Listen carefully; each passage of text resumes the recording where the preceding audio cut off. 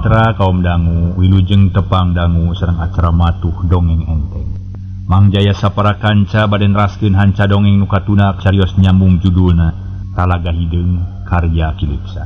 Ayeuna nincak bagian ka-18 mangga urang sami-sami Bandungan kumaha terasna dongeng.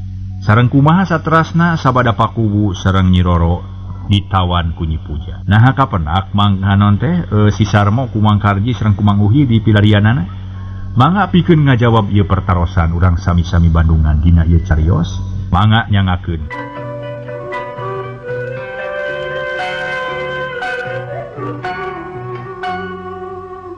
Mitra kaum dangu saditinggalkeunana ku bade ganu dua. Nyi Puja nangtung tuluy muru ka panyara nu aya di jero taneuh. Barang geus tepi manehna ngajanteng hareupeun panto panyara. Panon melong ka pakuwu jeung ka Nyi Roro nu masih keneh ngaharuleng jiga nu can kumpul lelemutan.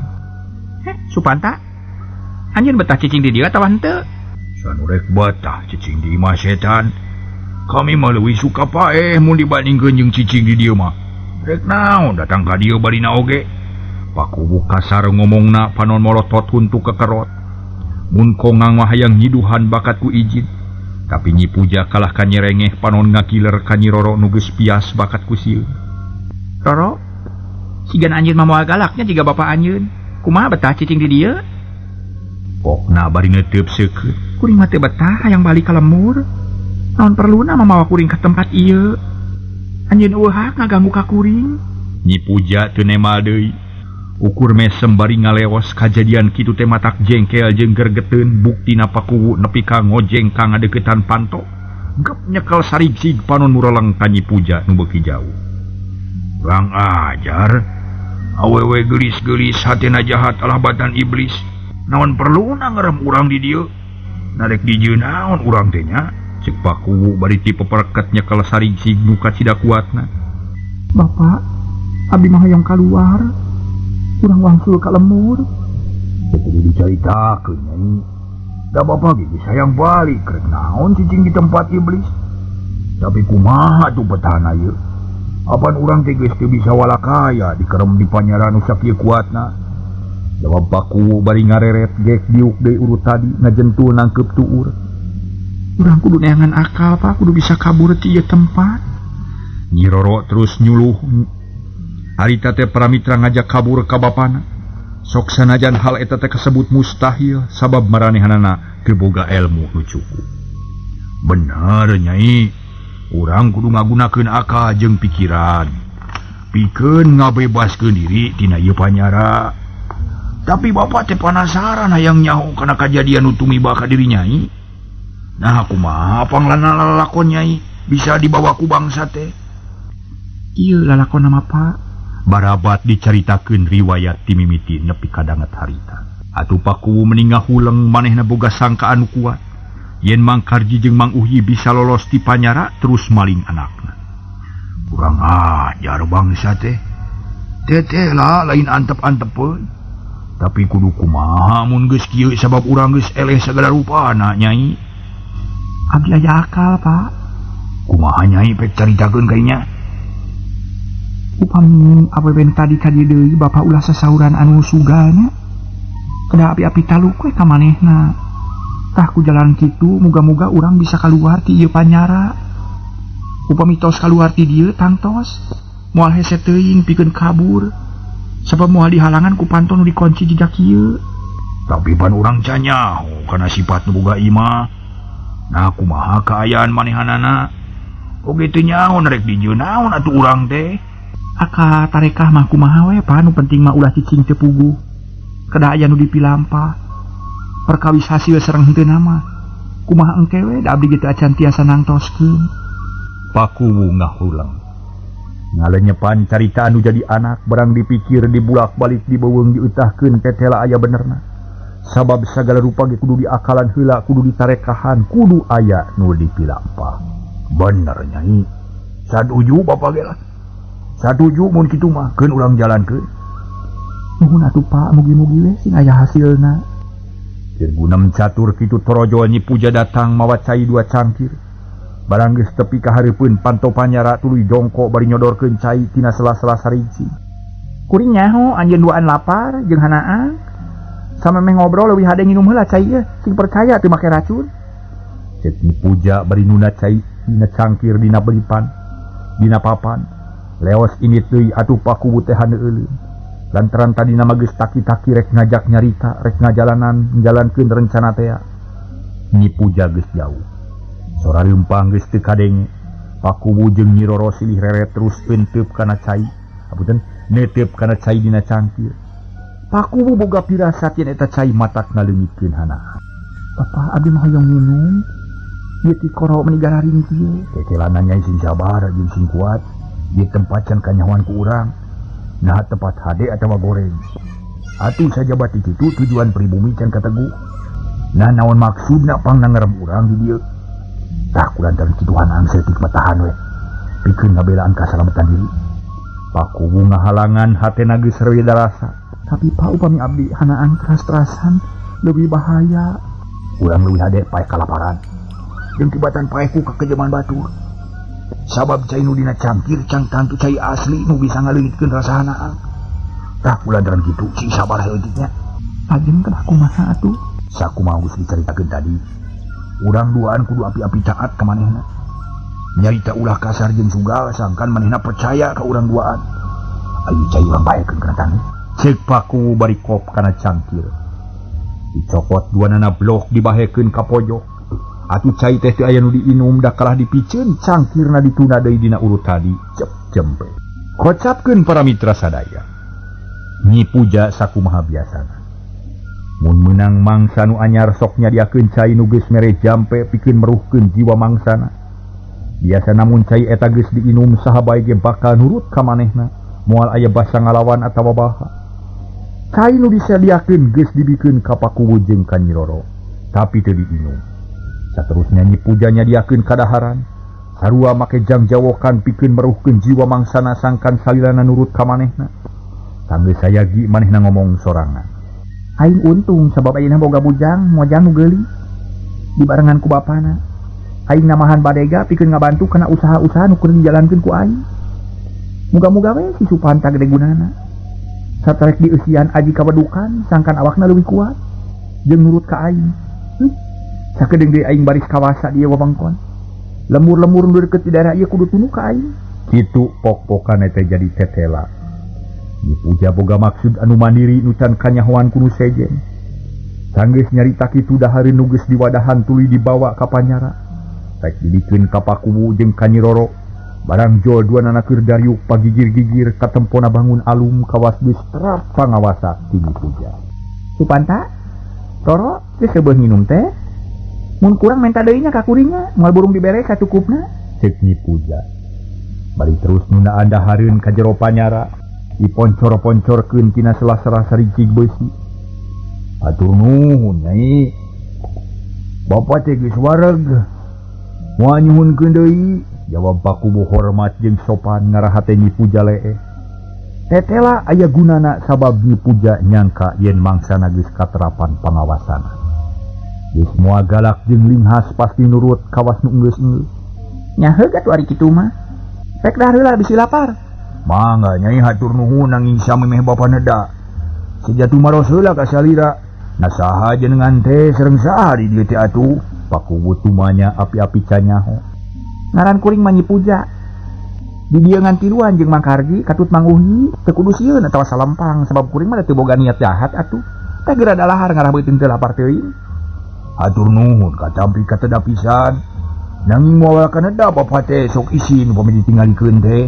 Apa ke sing jong-jongnya? Da kuring mah moal nempokeun. Bari nu ge loba keneh pagawean kudu dipilampah ku kuring. Moal nungguan nu keur dahar teh we sing jong-jongnya dahar mah nya. Ngomong kitu teh bari ngaleos ninggalkeun Panyara. Atuh meni ngemplong hate Pakuwu lantaran omongan diandalkeun ku Nyi Puja teh. Bubuhan ngomongna leuleuy jeung sopan. Alhamdulillah. Mantong geuning sigejul teh Nyai, tapi kudu dikumahakeun di dahareun. Kawana miceun nya. Pakuwu bingung panon rutret neangan tempat nu buni keur miceun sangu jeung deungeunna. Nah make dipiceun Pak, tuang mah tuh abdi ge lapar. Ulah Nyai. Wayahna lapar sakieu mah hitung-hitung puasa. Sabab dia sangu lain dahareun samarangan. Tangtu make samara. bapaknya pisan yen si Puja teh ahli sihir. Ngabogaan ilmu setan mati, jadi dahareun jeung inumeun teh moal teu diusihir. Jadi kudu kumaha atuh urang teh Pak, abdi mah keueung. Minum jeung dahar mending ganti ku wiridan. Pasrahkeun badan sakujur kanu Maha Agung. Pasrahkeun jiwa jeung raga kanu Maha Kawasa. Pati hurip aya dina kakawasaan Gusti Allah. Urang mah manusia darma ngalakonan. Sagala rupa kersa anjeunna. Ulah salempang nyai. Najan teu dahar jeung minum ge. Ari anjeunna ngerasakeun hirup mah urang duaan moal burung hirup. Tah kitu nyai, wayahna sing sabar. Nyi Roro teu nemalan manehna percaya kana omong-omongan bapana. Tapi panon melong kana sangu bodas jeung kere daging. Ditambah kula lawu sejen matak ngahudangkeun rasa lapar. Mun kurang-kurang mah nahana pasti eta dahareun teh dirontok ku Nyi Roro nu keur lapar pisan. Cicing nyai, ieu dahareun urang dipo. Urang ruang di pojok Panyara. Sabab ieu Panyara ukur dicilaman ku papan, sugan we bea kuringnya. Cek pakuwu bari terus mangku baki nu dieusi dahareun dibawa ka pojok kamar Nyi Roro. Ukur nempokeun, tikoro lok-lokan nahan lapar. Tekung silila dahareun geus bersih kabeh di ruang di pojok kamar. Di halangan ku papan tilam Panyara geus kitu mah pakuwu jeung Nyi Roro dariuk deui. Nungguan naon-naon nu bakal kajadian saterusna. Bapak, kudu kumaha urang teh ayeuna? Nah bade kieu wae. Nyi Roro geus tumanya deui lantaran ari aya di Panyara mah samanit asa saminggu waktu asa kacidadilana. Sabar nyai, sagala rupa ge merlukeun waktu jeung perjuangan. Sugan we poe ieu keneh dikaluarkeun ti Panyara. Mun geus di luar urang kudu neangan waktu nu alus pikeun kabur. Neangan mangsan utama pikeun lumpat. Urang moal kuat mun kudu ngaladenan si Puja. Sabab manehna mah awewe sakti nulur ilmu panemuna. Hiji-hiji jalan pikeun kabur iwati kudu nipu ka manehna. Nipu ku jalan kumaha, Pak? Nyaa, urang teh kudu api-api talu ka manehna. Mun manehna balangah urang kabur pan kitu usul nyai tadi oge. Muhunya kaweur tidak abdi teh Pak. Umut we ka ibu tada teuing melangeunana.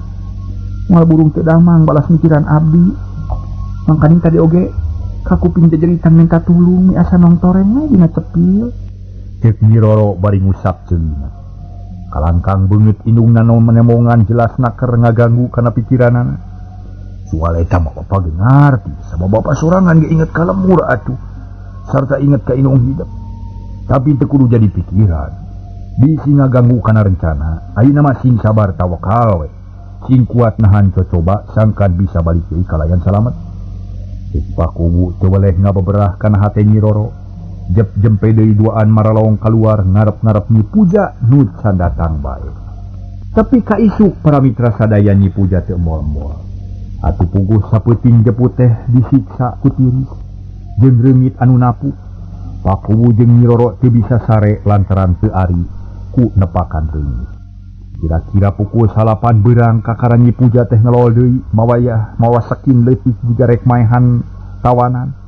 Nempok itu pakuwu jeung Nyi Roro ruwaseun disangkan rek dipateni poe eta. Supanta, Roro, poe ieu anjeun bisa rijil di Panyara, tapi kudu taat kana parentah kaminya. Kudu nurut kana sakabeh putusan. Coba kumaneh teu naon ieu. Nyi Puja ngacungkeun sakin pamorna katara semu hurung matak paur. Eta teh sakin Bapa ge nyaho sarta di imah mah ngabogaan. Syukur ari kitu mah. Tapi kumaha karep anjeun ayeuna? Rek tunduk ka kami atawa moal? Kan tenan teh aya di panutan Bapa nu sajati iwati salira nyai nu kawasa di bumi. Ulah camcaya bade mah Bapa mah bade ulun kumawula we nyai. Syukur mun kitu mah. Kami percaya ka anjeun. Nyi Puja bener-bener percaya. Lantaran manehna geus boga kayakinan yen sing saha jalma nu geus minum sarta ngadahar pamere manehna moal aya nu bisa ngabebaskeun dirina tina kahayang manehanana. Sabab dahareun geus dijampean. Isi ilmu panemu pikeun meruhkeun pangawasa mangsa. Nu geus puguh kitu mah kunci Panyara dibuka tuluy pakuwu jeung Nyi Roro kaluar pating koloyong bangun lungse kaya tanaga.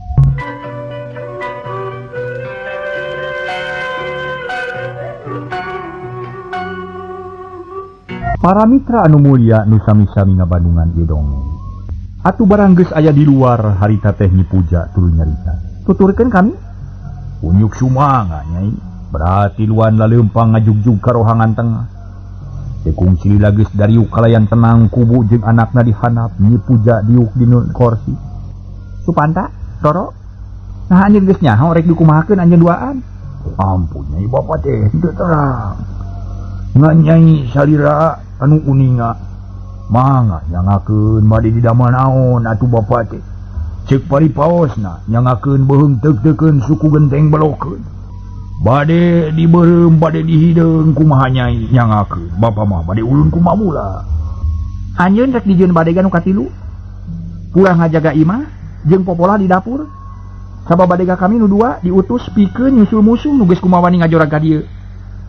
Sedengkeun si Roro ku kami rek dijieun eman. Purang ngurus awak. Awak kami nya sarta purah dititahan ku kami.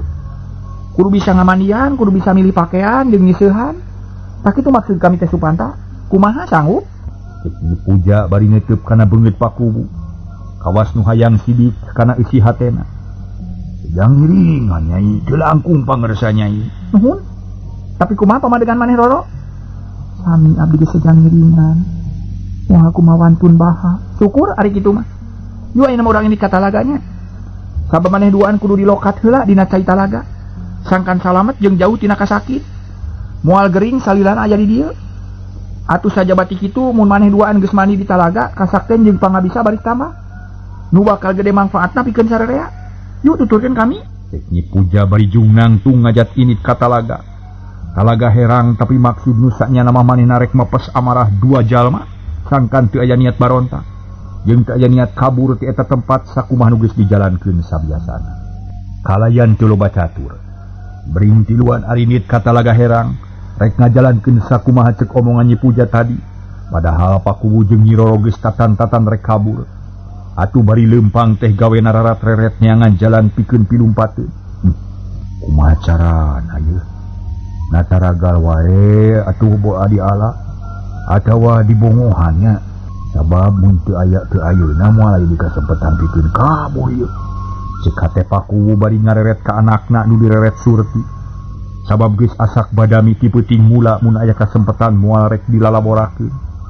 Harita Nyi Puja lempang ti heula manehna geus teu boga curiga kanu duaan. Lantaran disangka nama geus kapangaruhan ku elmu manehna. Atuh aya kasempetan hade pikeun pakubu lempang beuki kendor. Sangkan anggang jeung Nyi Puja akhirna pok ngaharewos. Nyai, ayeuna pikeun kabur waktuna hade. Ieu tuturkeun Bapa. Mangapa? Hayu atuh. Belecet duaan lalumpatan. Pating golobas kanu bala lantaran eueuh jalan anu caang. Sakedeung geus jauh sarta teu katempueun ku Nyi Puja. Pakubu jeung Nyi Roro teu ruak lieur deui duanana ngerahkeun sesa tanaga nu aya hayang kabur ti eta tempat. Ari Nyi Puja jongjon leumpang ngadenge nu ngagolobas teh nyangka nama aya sato leuweung nu kagebah atawa aya dahan murag. Tapi sabarang saong ka sisi talaga ngarerek ka tukang kebeg manehna merireuwaseun lantaran nu duaan teh eueuh teu katingali ku manehna. Cai talaga tetep jiga bareto angin leutik ngahiliwir nebak kana dangdauna.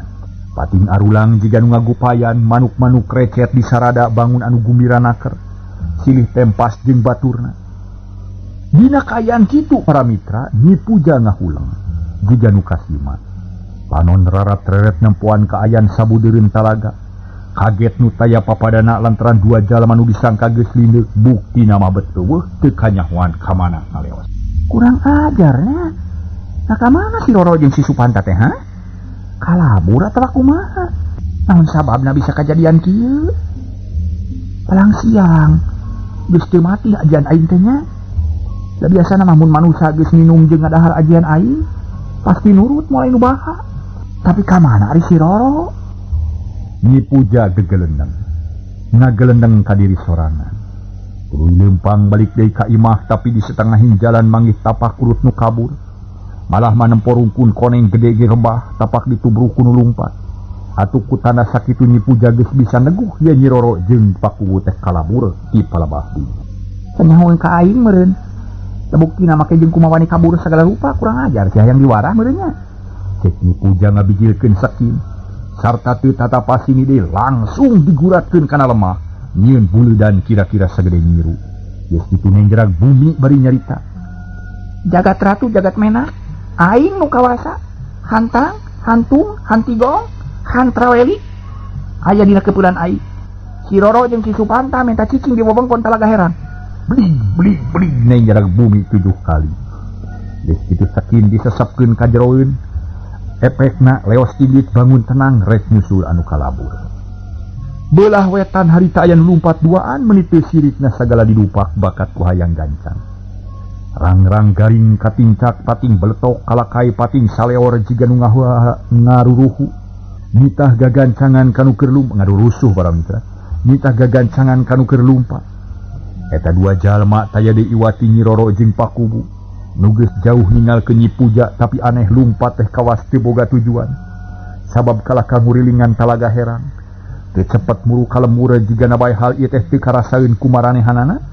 Da karasana mah ngaberung muru kalemur lumpat ti babaranting hayang buru-buru jauh ti wewengkon eta.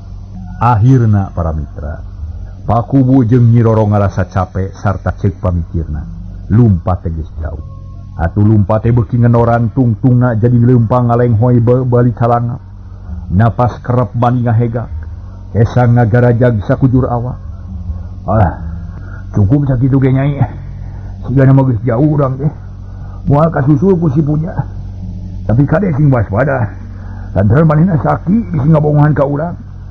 Leres Bapak, ieu tos tebih pisan abdi mah meuni capek. Saja heula misuku meuni hareuras kieu. Nyi Roro kokoroyongan suku Karasalinu napa sesek. Angen asa mural baras meres tanaga dipake lumpat.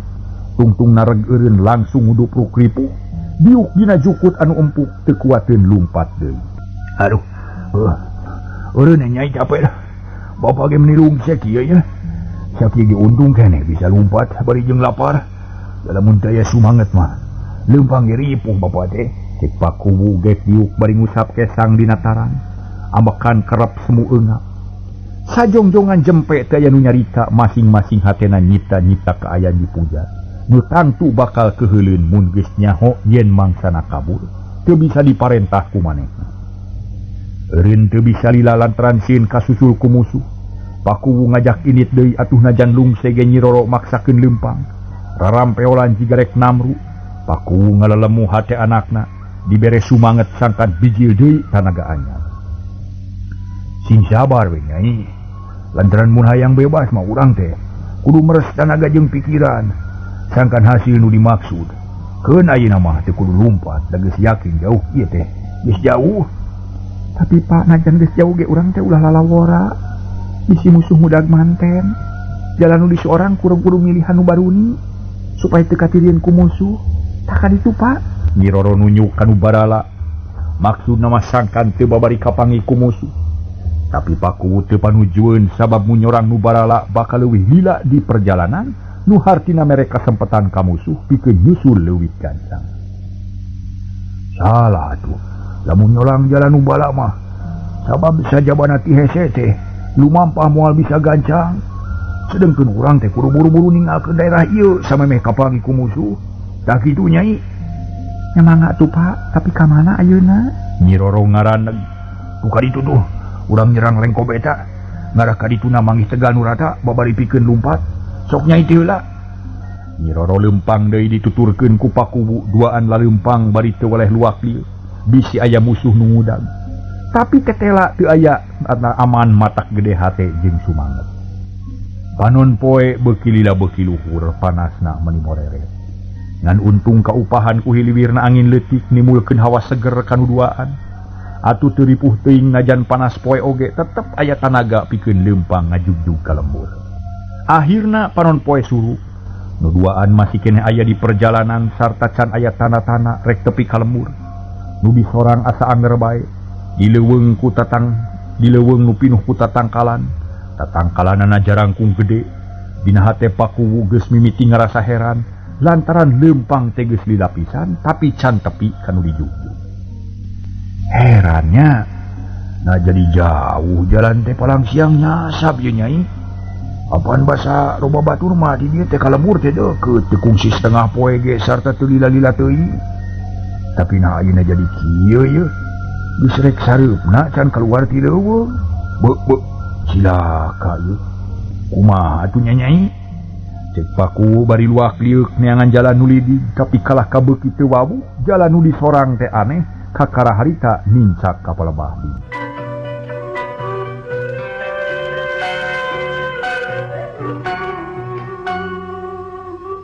Harita para mitra sadaya Nyi Roro nyarita. Bapak, tos sonten itu panon poe ge tos suruh. Sekedap deui baris poe. Kedah kumaha pami parantos kieu nya geuning tebi-tebi teuing kalemur teh, Pak. Nyi Roro mimiti cangcaya loba kahariwang. Nyai eta pugu bapak ge keur mikiran hal eta nyai. Sababa ngajorog ka si Puja mah jeung Can Carmo. Di jalan teh teu kungsi setengah poe. Tapi na ayeuna can tepi keneh nya. Buah-buah ngajauhan ye. Kedah kumaha tuh Pak bade teras angkat atau pilihan heula. Mun eureun mah bisi cilaka nyai najan teu katewa ku musuh oge. Bahaya mah tetep ngancam lantaran di leuweung loba keneh satu nu garalak. Tak lantaran kitu wayahna we keur yeukeun. Urang leumpang ngaraburu-buru tepi ka lemur.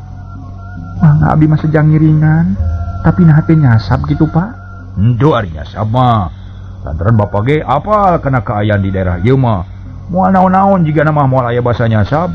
Tapi naon margina bet aja di leuweung Pak. Apan tos lami lumpat teh abdi mah hariwang bilih lepat jalan. Pakuwu teu nemalan. Pipikiran mimiti kaganggu lantaran memang bener omongan Nyi Roro teh. Lumampah geus lila tapi aya wae di leuweung.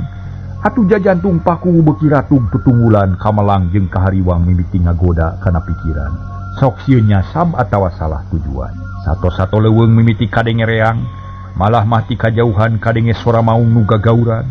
Matak maruringkak bulu punuk, sora bebencek matak ngalelewang hate. Sora cihcir matak ngeruntagkeun pikir. Beuki lila beuki keung tungtung napakuwu ngarandeg bari nyarita. Nyai, urang teh nya anyasab. Jigana tadi teh teu kapalire, da puguh ngaberung teuing lumpat.